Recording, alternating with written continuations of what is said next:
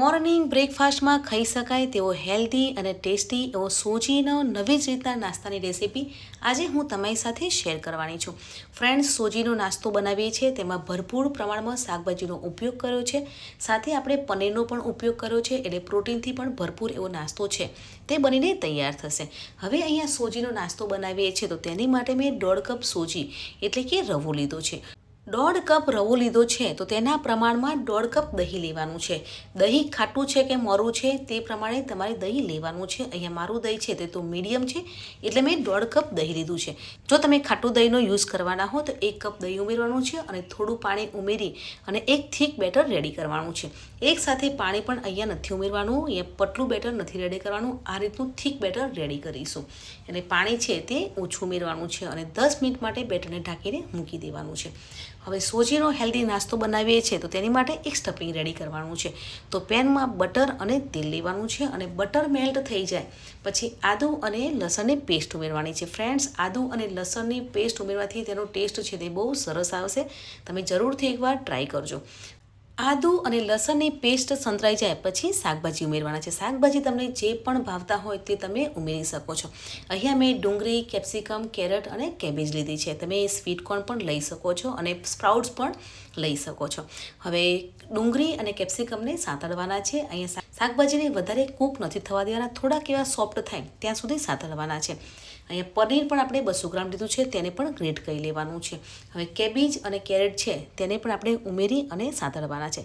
સ્વાદ પ્રમાણે મીઠું ઉમેરવાનું છે. મીઠું ઉમેરવાથી શાકભાજી છે તે સોફ્ટ થઈ જાય છે.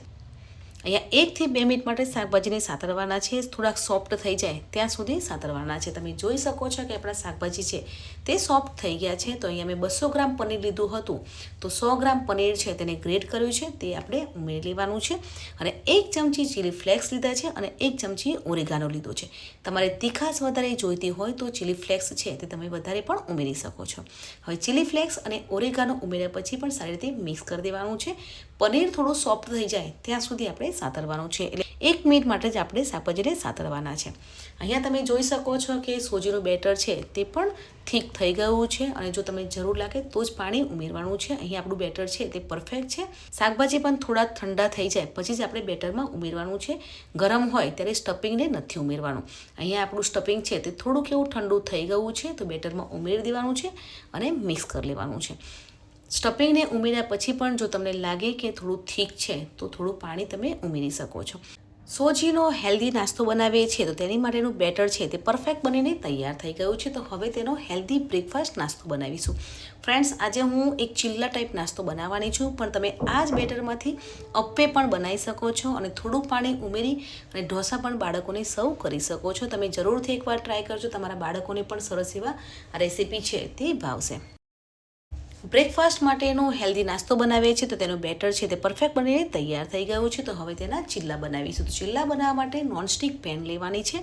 થોડું ઓઇલથી ગ્રીસ કરી અને આ રીતે આપણે બેટરને ફેલાવી લેવાનું છે. તમારે પતલું જોઈતું હોય તો તમારે બેટર છે તે ઓછું ઉમેરવાનું છે, પણ હું અહીંયા થીક એટલે કે ચિલ્લા ટાઈપ બનાવવાની છું અને બેટર છે તે થોડું આ રીતનું થીક રાખવાની છું. તો આ રીતે આપણે ગોળ સર્કલમાં સરસ બેટરને પાથરી લેવાનું છે અને ઉપરથી થોડા સફેદ તલ ઉમેરી લેવાના છે અને થોડું તેલ લગાવી અને ઢાંકણ ઢાંકી અને ધીમા ગેસ પર થવા દેવાના છે. એક સાઈડથી ક્રિસ્પી થઈ જાય પછી તેને ફેરવી લેવાનું છે અને બીજી સાઈડથી પણ ક્રિસ્પી થવા દેવાનું છે. ગેસની ફ્લેમ છે તે ધીમી રાખવાની છે અને ધીમા ગેસ પર જ આપણે ચિલ્લાને થવા દેવાના છે. ફ્રેન્ડ્સ, તમે વેટ લોસ કરો છો કે ડાયટ કરો છો ત્યારે તમે આ રેસીપી છે તે હેલ્પફુલ થાય છે. સોજીનો હેલ્ધી નાસ્તો બનાવીએ છીએ ત્યારે શાકભાજી છે તે ભરપૂર પ્રમાણમાં લીધા છે, સાથે પનીરનો પણ આપણે ઉપયોગ કર્યો છે એટલે પ્રોટીનથી પણ ભરપૂર એવા ચિલ્લા છે તે બનીને તૈયાર થાય છે. તમે વીકમાં 2 વાર આ નાસ્તો છે તે સર્વ કરી શકો છો. તમારા વેટ લોસમાં જરૂરથી હેલ્પફુલ થાય છે. આપણા ચિલ્લા છે તે એક બાજુથી ક્રિસ્પી થઈ ગયા છે તો તેને ફેરવી લેવાના છે અને બીજી સાઈડથી પણ સરસ એવા ક્રિસ્પી થવા દેવાના છે. ફ્રેન્ડ્સ, તમને આજ મારી હેલ્ધી બ્રેકફાસ્ટ રેસીપી કેવી લાગી તે કમેન્ટમાં જરૂર જણાવજો. અને મારા વિડીયો તમને કેવા લાગે છે તે પણ મને જરૂર કમેન્ટ કરજો, તો મને પણ આઈડિયા આવશે કે મારા વ્યુઅર્સને મારી રેસીપી ગમે છે કે નહીં. તો અહીંયા સોજીના ચિલ્લા જે બનાવ્યા છે તે બંને સાઈડથી સરસ એવા ક્રિસ્પી થઈ ગયા છે તો તેને એક પ્લેટમાં લઈ લેવાના છે. ફ્રેન્ડ્સ, તમે એક જ બેટરમાંથી અપ્પે પણ બનાવીને બાળકોને સર્વ કરી શકો છો. આ નાસ્તો છે તે બાળકોને લંચ બોક્સમાં પણ તમે સર્વ કરી શકો છો. ઓફિસના ટિફિનમાં પણ તમે પતલા ઢોસા ટાઈપ બનાવી અને સર્વ કરી શકો છો. મોર્નિંગ બ્રેકફાસ્ટમાં ખાઈ શકાય તેવો હેલ્ધી અને ટેસ્ટી એવો સોજીનો નવી જ રીતનો નાસ્તો છે તે બનીને તૈયાર થઈ ગયો છે. ફ્રેન્ડ્સ, આજે સોજીમાંથી આપણે ચીલા બનાવ્યા છે તે બંને સાઈડથી સરસ એવા ક્રિસ્પી બનીને તૈયાર થઈ ગયા છે. તો ગરમા ગરમ ચીલાને સર્વ કરીશું. અહીંયા તમે વેટ લોસ કરો છો ત્યારે પણ તમે આ રેસીપી છે જે જરૂરથી હેલ્પફુલ થાય છે. તમે ડાયટ પ્લાન ફોલો કરો છો તેમાં પણ આ હેલ્ધી નાસ્તો છે તે સર્વ કરી શકો છો. વીકમાં તમારે 2 વાર આ નાસ્તો છે તે સર્વ કરવાનો છે. અહીંયા હેલ્ધી સોજીનો નાસ્તો છે તેમાં શાકભાજીનું પ્રમાણ પણ ભરપૂર છે, સાથે પનીર પણ આપણે લીધું છે, એટલે પ્રોટીનથી પણ ભરપૂર એવો સોજીનો નાસ્તો છે તે બનીને તૈયાર થઈ ગયો છે.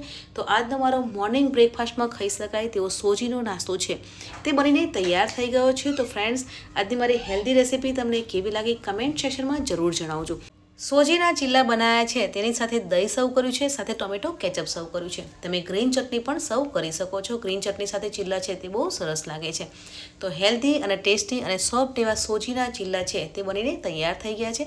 તો ફ્રેન્ડ્સ, આજની મારી મોર્નિંગ બ્રેકફાસ્ટમાં ખાઈ શકાય તેવા હેલ્ધી સોજીના ચીલાની રેસીપી તમને કેવી લાગી કમેન્ટમાં જરૂર જણાવજો. વિડીયોને લાઇક કરો, શેર કરો और ચેનલને સબસ્ક્રાઈબ કરો. મળીએ છીએ નવી આસાન રેસીપી સાથે. ત્યાં સુધી bye bye, take care and enjoy. જય Shri Krishna my YouTube family.